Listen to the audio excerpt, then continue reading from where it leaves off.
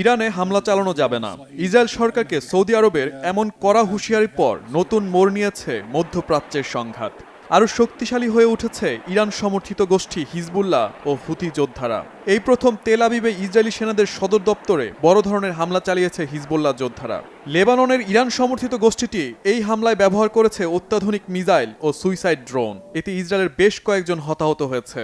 এছাড়া লেবাননের অভ্যন্তরে ইসরায়েলি সেনা ও হিজবুল্লাহ যোদ্ধাদের মধ্যেও পাল্টাপাল্টি স্থল অভিযান অব্যাহত আছে।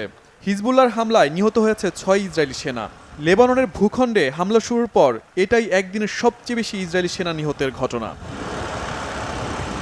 হিজবুল্লাহ প্রধান নাইম কাশেম বলেছেন, শত্রু ইসরায়েলকে পরাজিত করার আগ পর্যন্ত লড়ে যাবে হিজবুল্লাহ যোদ্ধারা। আমাদের দেশের সার্বভৌমত্ব এবং স্বাধীনতা রক্ষায় শত্রুদের বিপক্ষে শেষ পর্যন্ত লড়াই চালিয়ে যাব। বিজয় আসবেই, কোনোভাবেই আমরা মাথা নত করব না। এই প্রতিশ্রুতি অক্ষুণ্ণ রাখব। তবে হিজবুল্লাহ যোদ্ধাদের লক্ষ্য করে ইসরায়েলি সেনারা বর্বর হামলা অব্যাহত রেখেছে। গেল এক সপ্তাহে 200-র বেশি হিজবুল্লাহ সদস্যকে হত্যার দাবি করেছে নেতানিয়াহু বাহিনী। লেবাননের রাজধানী বৈরুতের দক্ষিণে দফায় দফায় বিমান হামলা চালাচ্ছে ইসরায়েল। 24 ঘন্টায় দানিয়ের অন্তত 6টি বাড়িতে হামলা হয়েছে। এতে প্রাণহানি হয়েছে কমপক্ষে 8 জনের।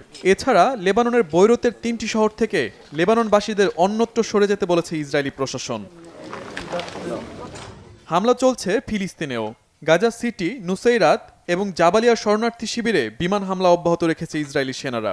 গাজার ত্রাণ সহায়তা কর্মীদের দাবি, 1 মাসে অন্তত 20 কর্মীকে হত্যা করেছে ইসরায়েলি বাহিনী। 1 বছরে সেই সংখ্যা 300 জনের বেশি। এদিকে গাজায় ত্রাণ সরবরাহ বন্ধ করে ফিলিস্তিনিদের দুর্ভিক্ষের দ্বারপ্রান্তে ঠেলে দিয়েছে ইসরায়েলি বাহিনী। এতে অনাহারে মারা যাচ্ছে ফিলিস্তিনিরা।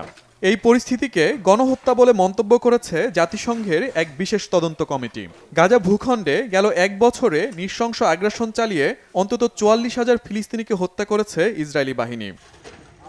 শহীদ Arafat, Bangla Vision, news desk.